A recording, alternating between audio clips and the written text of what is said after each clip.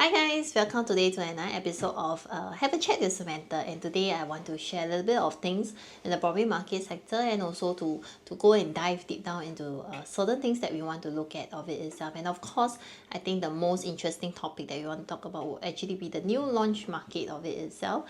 That it is very interesting and it's something that also keeps me very interested into it. So today we are going to do a post-launch reality check for three major post launches that has happened. First will be Parktown, Elta, and Lentor Central. So this project sold very fast, but now that buyers have locked in their units, I have this question: are they actually feeling the buyer's remorse of it itself? Did they overpay for these units? Will prices continue to go up or will it go down from here? And if you yourself have not bought a unit, you should be thinking whether should I even be entering the market now or so. So by at the end of this video, you will know whether this project were they a steal or was it a mistake. So let's get into it. Okay, so first point of it, here's a breakdown first. Let's go into a breakdown of these developments. There are some records that I've actually pulled out. So here's a breakdown of actual transactions prices that they did at launch. So Elta at highest PSF they did at 2,881 PSF and the lowest of 2002. On average, this PSF was about 2,545 PSF. Parktown did a highest of 2,605 and lowest at 2,146 PSF. So average is about 2,370. And last but not least, of course, Lentor Central. Highest PSF at 2,573 and lowest was only at 1,982, which brings this average to only 2,218. So let's compare this to the last the last 3 to 5 years ago. New launches 3 to 5 years ago were averaging about 1,006 to 1,008 only PSF. But today we're actually seeing this 2002 to 2005 as a new norm that's happening already in the market. So that's like a 25 to 40% in just 3 to 5 years. So the question will come back to, does it mean that today's buyers are really overpaying for these new launches? Are they actually making a very smart move? Okay, so that was the reality of pricing and how much the buyers have paid over it itself. That's point number one. Let's go to the second point of it. Who bought these units? How are the buyers' financial health? Are they actually very financially healthy?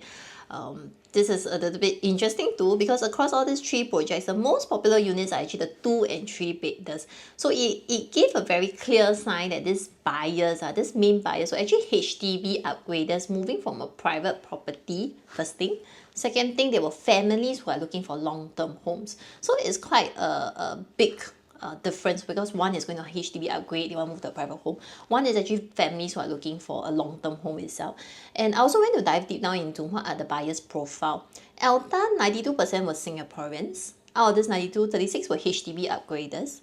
Parktown, 94.1% Singaporeans, 36 were HDB upgraders. Lentor Central, 90.9% were Singaporeans, but unfortunately, I don't have the data for HDB upgraders, but I believe they don't differ or they don't go far from this HDB upgraders of it itself, because ultimately it's still a new township area. So with over a third of these buyers being HDB upgraders, this tells us very strongly on 2 points. Firstly, they aren't just only HDB they aren't just any HDB owners, they're high income household owners who can actually afford to buy a private property. And secondly, mainly likely most of them are using this HDB sales proceeds to actually cover their down payment, which later I'll cover a little bit on down payment and how do we actually calculate this down payment that you have to make payment for. But exactly that, then we go back down to this: how much do they actually need to afford? Okay, how much do they need to earn to be able to afford these homes? So I've also broken it down for you guys. So going back again, how much do they need to earn to actually afford to buy this home? So let's use Parktown. Parktown cheapest 3-bedder at launch at that point of time was 2.542. Okay, we use it as an example, which means if I break down this cost, is a component of cash and CPF portion. So if I'm using cash, my first 5% definitely be cash, and that's about 127,000. 20% will be cash and CPF, which is about 508,000, including my stamp duties, approximately is about 127,000. So this whole portion of it itself, taking into consideration, they can get a maximum loan of up to 75%, which is at 1.9 mil. So this total upfront of cash payment or down payment that they need is about 635,000. Wow, so with a 1.9 mil loan in today's interest rate of 3.5% for the next 30 years, monthly they need to be paying about 8,532. So therefore, if I combine this household income to take up to this amount of 1.9 mil loan with a 55% TDSR rate, that's about 15,512 per month. And that makes it an annual household income of about 186,150. So which means if I were to really see, these buyers have to be the top 10 to 15% of income bracket in Singapore itself.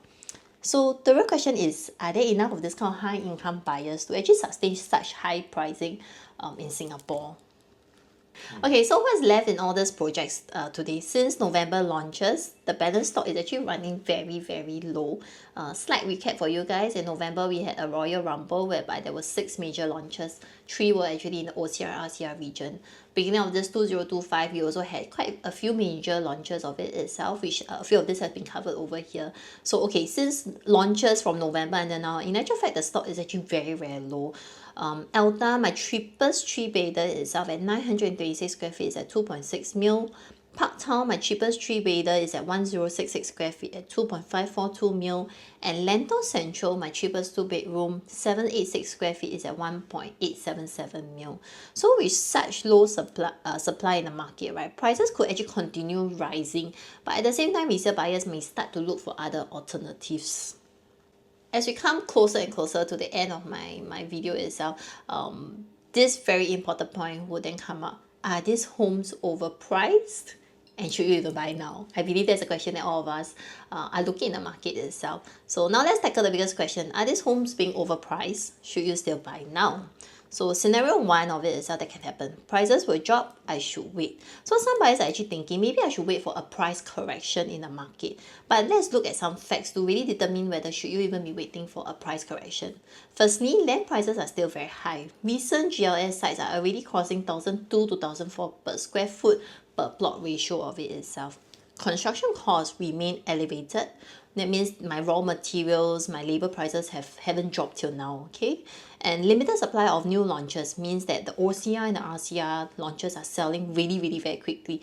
If you see, most of them are like 80, 90 to 99% taken up, and it's like it reached a point whereby it's not for you a choice to choose which projects you want to buy, but it goes down to a very, very unfortunate thing, which is your bad luck also. So it really goes down to bad luck and whether you can get it. So sometimes I tell my clients, I say, no longer has it been whereby I choose the project that I want to buy, but rather the project will choose you to decide whether would you even have the chance and opportunity to buy also. Okay, so history has also shown, okay, so if land and construction costs are going to stay this high, prices are very unlikely to drop, I would say.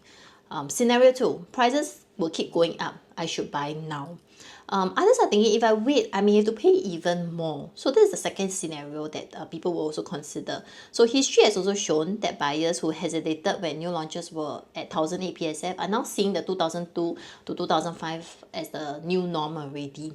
So if demand continue remaining very strong, prices will only keep climbing upwards. So what should you do? Okay, so now the final thoughts of it. Are buyers really regretting their decisions or not and their purchases that they've made? If you are an upgrader or an investor, here are the main key takeaways that you should really take note of. Firstly, prices are still climbing and waiting may only mean that you pay more later on. Secondly, HDB upgraders are a strong buying force in today's market of it, showing a lot of confidence in this private property sector. And 3, supply is running very low and newer launches are likely to only push prices much higher in time to come also. So if you are buyers are there really buyers who are regretting this purchase? To be very honest, probably not, because it is more of like a rare gem already. But if you're planning to upgrade, do your thumbs up, take action, and before affordability shrinks even further also. Okay, so what do you think after all that I've shared previously itself? Do you think the buyers really overpaid for all these projects? Would you buy at this kind of pricing, or are they actually too high for you? I would definitely love to hear from you. Drop your thoughts in the comments below. And if you found this video very helpful and insightful, hit the like and subscribe button. And stay tuned for more property contents from me, and I'll see you at the next one too. Thank you!